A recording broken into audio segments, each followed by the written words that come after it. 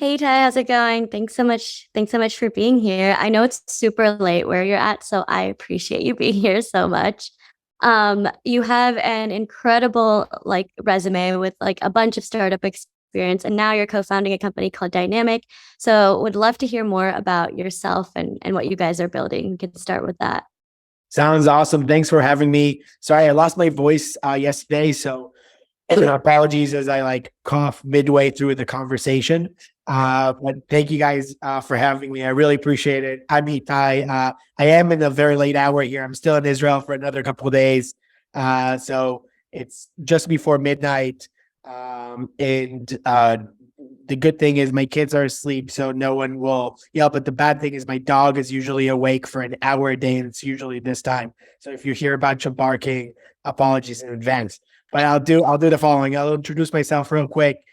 Maybe to your point, talk for 1 minute about what Dynamic is at a high level, and then we can kind of talk through kind of details and talk through kind of, the journey, etc. But very quick, myself and my co-founder Yoni both grew up in Israel, served in the Israel Defense Forces, Army Intelligence, just like most Israelis you probably have met.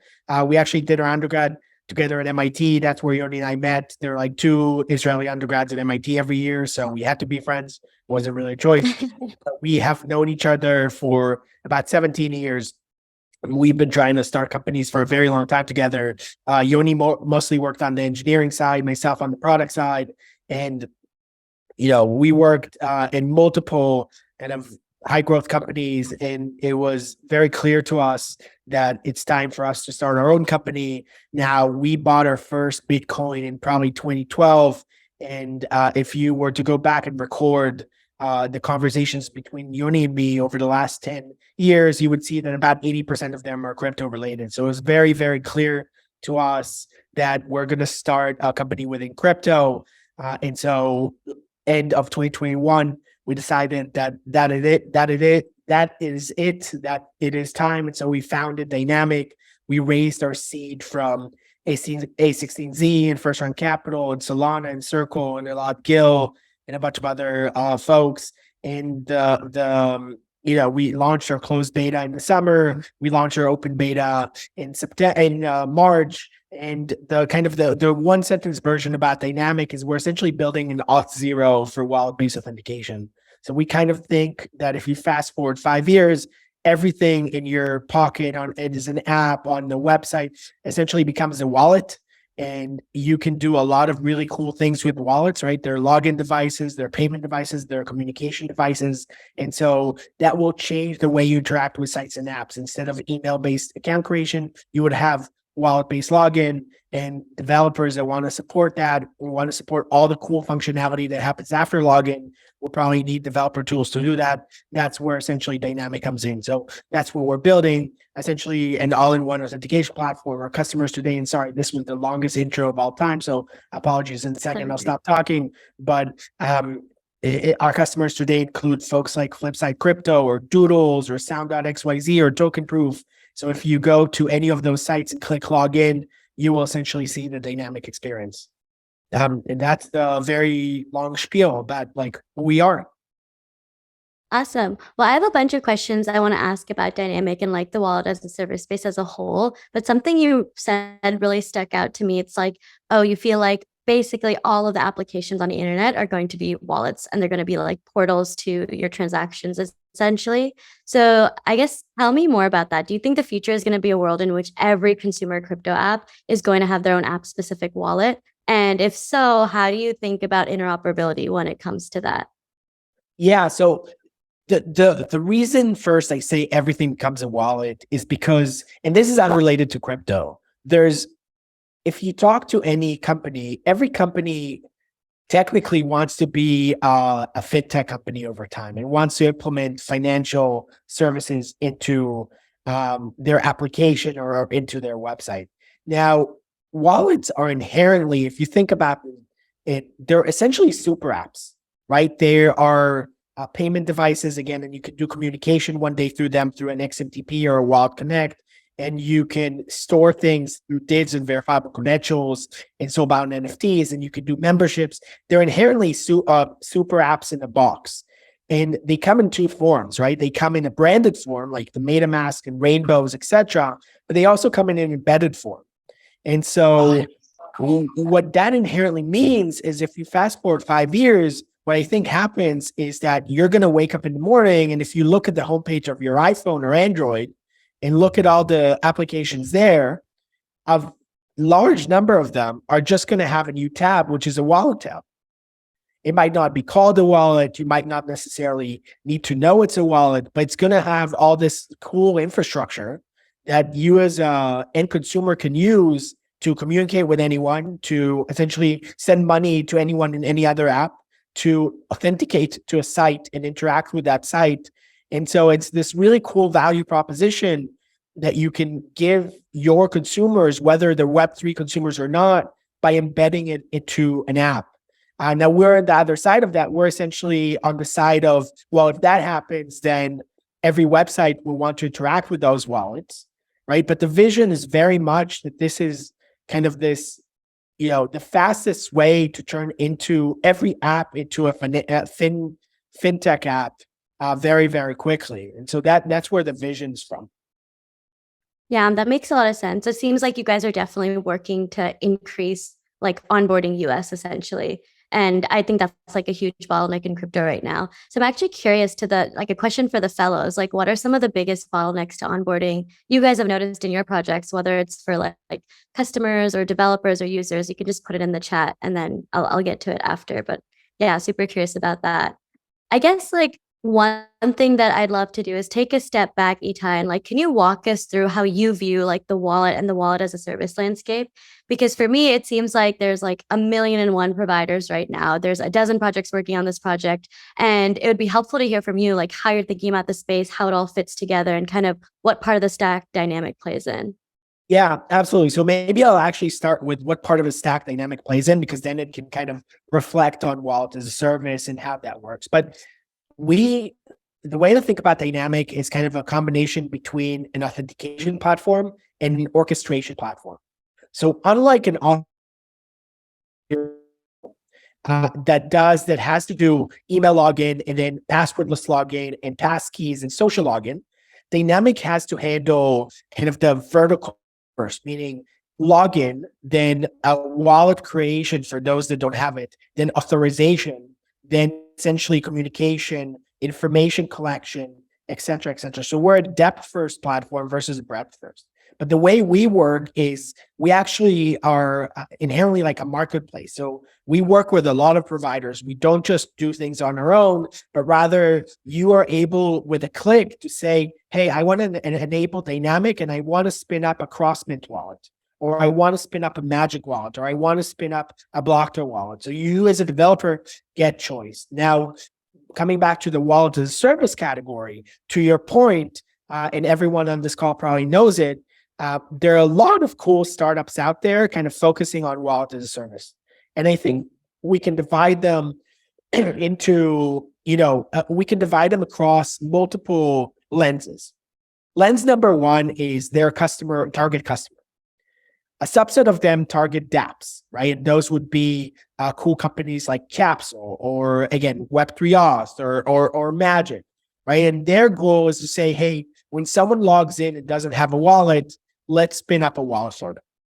A second category targets applications, right? And their goal is to say, well, if you're, an eToro, can you add a wallet as a tab in your application and be essentially an identity provider? And those are companies like Portal and companies, like Coinbase Wallet as a Service, et cetera, where, and sometimes Web3 Auth, where they target a different audience, right? So you can either activate a wallet on the create an embedded wallet that interacts with things, or create an ad hoc wallet in the dApp itself. So that's kind of one lens to think about it.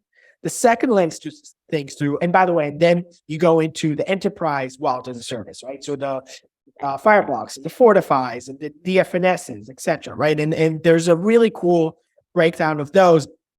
For anyone who ever wants to play wallet as a service trivia, we can kind of spend some time, naming all the names of wallet as a service companies.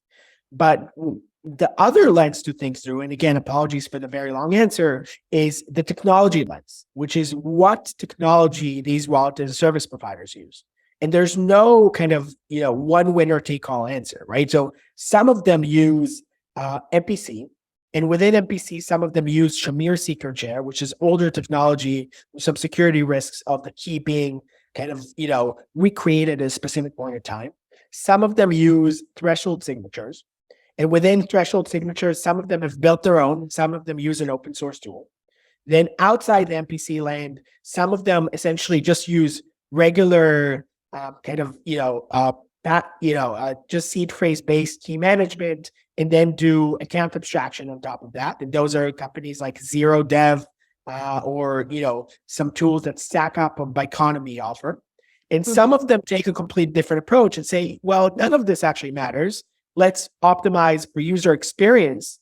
And then there are companies like Magic Link or Turnkey that essentially use different components of AWS's KMS or kind of secure enclaves in order to do key management. And so short answer is short answer to my very long answer is that you can look at the kind of target audience lens, or you can look at the technology lens and kind of, create a matrix of some sort where some of these companies play. So it's a really interesting field where a lot of these folks with slightly similar technology target very different parts of the market.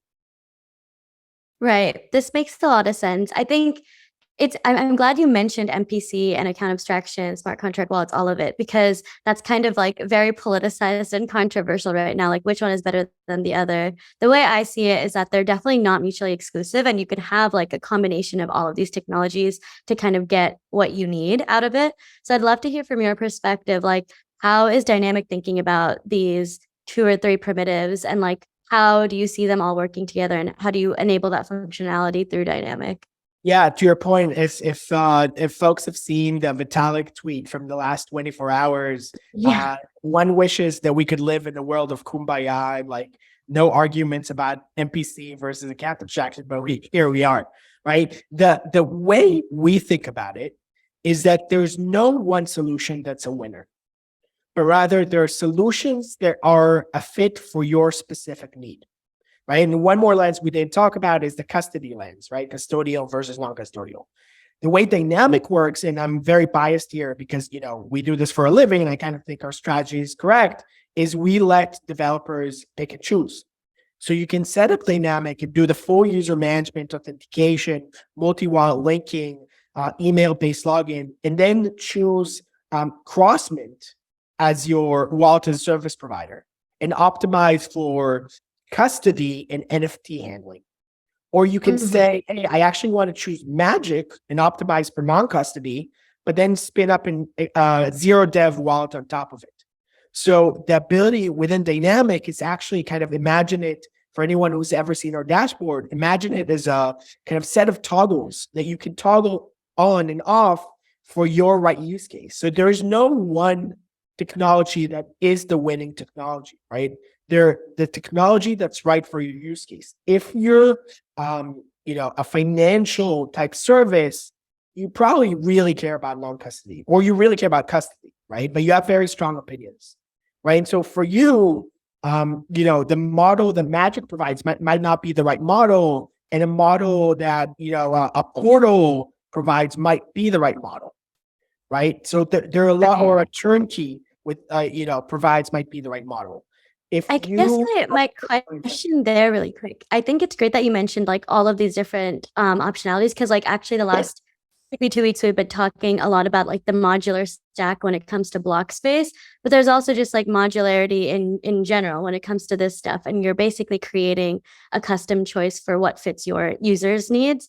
I guess my question is, do you feel like there's smart defaults? Like, how should app developers be thinking about this? Because they're thinking about their users, they're thinking about their core like use case. And I feel like if they have to make all of these decisions about like key signing, I feel like that is a lot to wrap their heads around.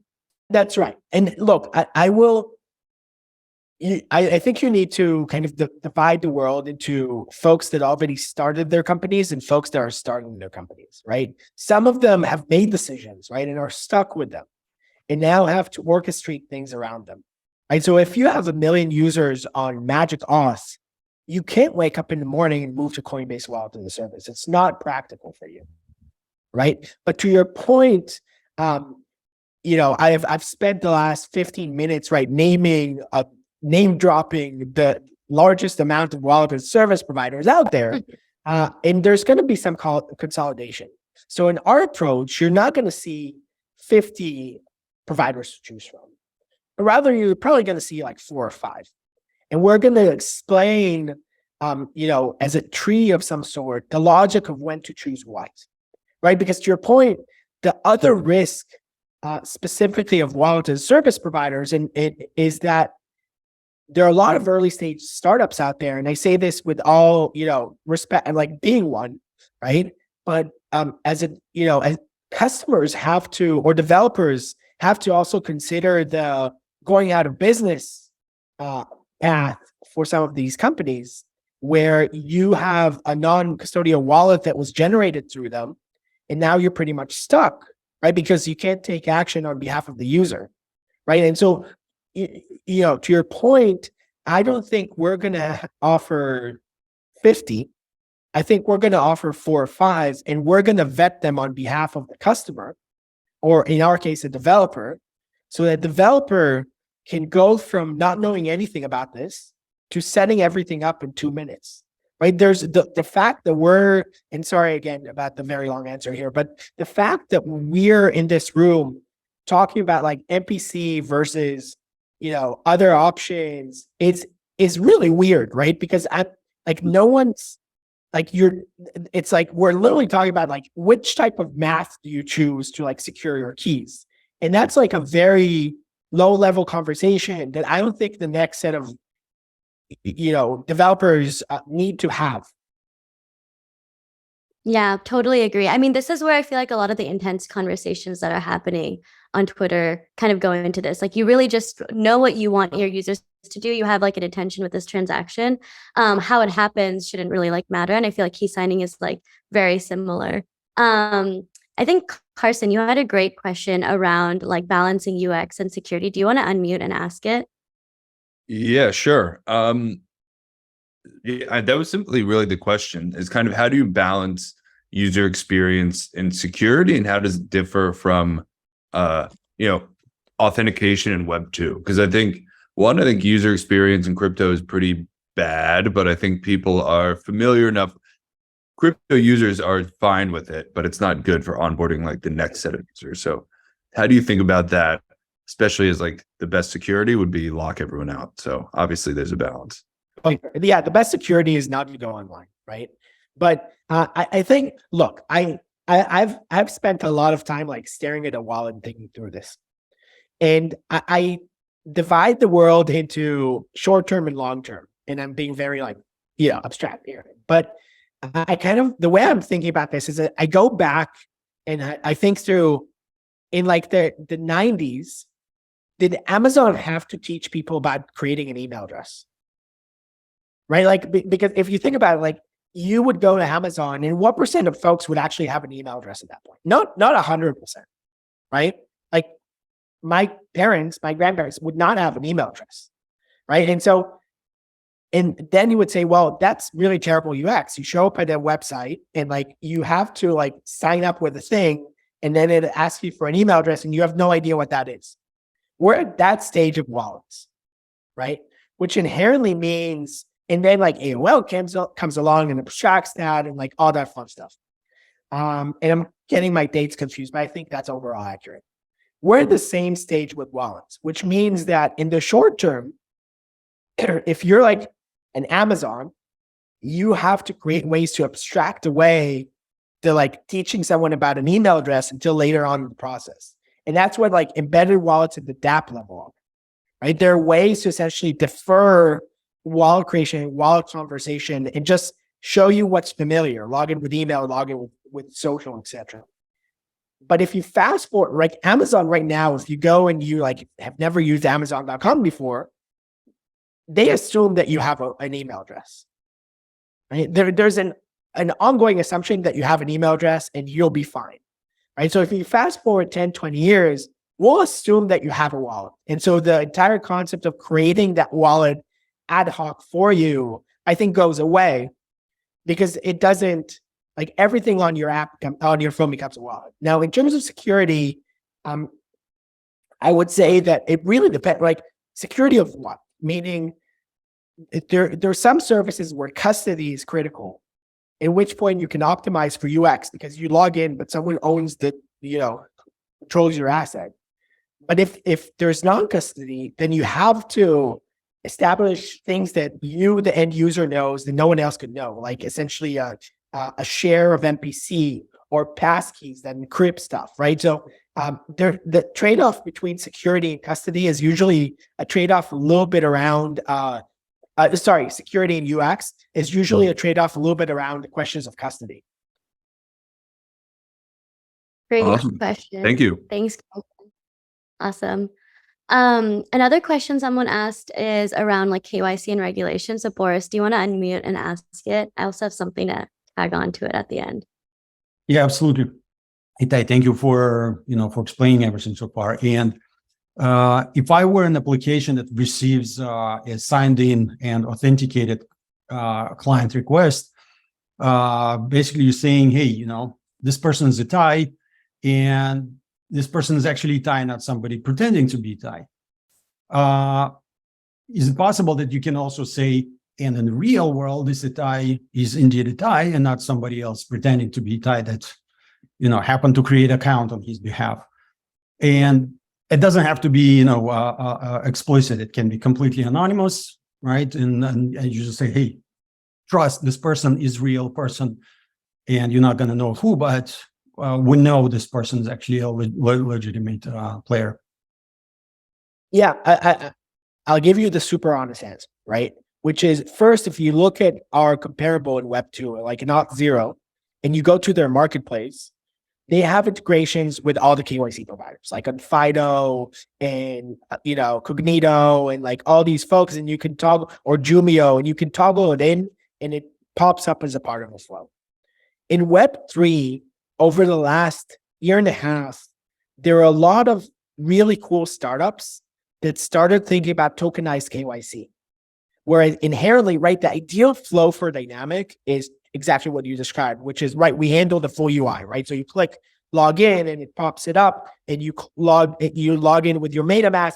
In an ideal world, I check whether you have a verified credential tied to your wallet that is a tokenized KYC, and I let you in based on that. That's like the problem is that we had over the last year about like 10 or 15 tokenized KYC startups that started, and a lot of them unfortunately pivoted away from that, right? So Burrata and Quadrata and Violet and like all these really cool companies that I think realized, and they would know a lot more about this than me, and I hope I'm not misspeaking, but outside looking in, I think they realized they're a little bit too early to market, and there's not enough kind of market pull for like tokenized KYC. A different good example is Circle and Coinbase announced Verity, right? Which is like their token or their KYC tokenization with verified credentials, right? They had an entire thing around, hey, if you verified on age-verified or identity verified on Coinbase, can we issue that to you as a verifiable credential that you can carry around with you? So what that inherently means to me is that this is a great idea, but in 2 years, right? Or in 3 years, I haven't seen out of and I've talked to a lot of customers over the last year and a half. And of all those conversations, I want to say I had one where they asked for KYC. We do, by the way, integrate with Chainalysis, right? So if you're a DeFi platform, you can toggle on Chainalysis with a single click, and we would run every address through OFAC if you're US based and need to kind of have that compliance. But not KYC as like the standard identity verification. They've taken it and tokenizing. Yeah. Thank you. Understood. Yeah. I wish I had a better answer. I like it pains. It's true, right? That's the state of the world. So we'll have to deal with it ourselves. Thank you. Great question, Boris.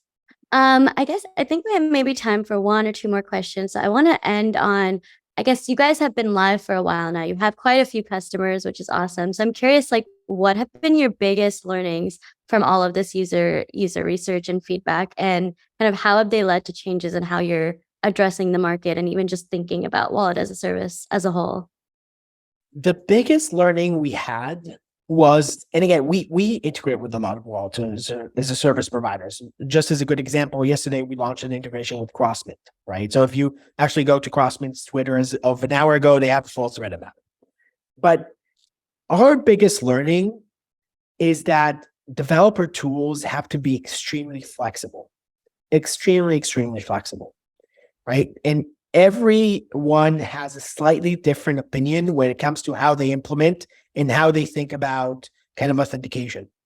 And so while you never want to kind of, throw your roadmap in like 50 different directions, you have to implement, we had to implement dynamic in a way where the marginal feature is very easy to implement. And a good example is we started by creating two themes for the dynamic user experience, right? So if you go to our demo environment, we had a light and a dark theme.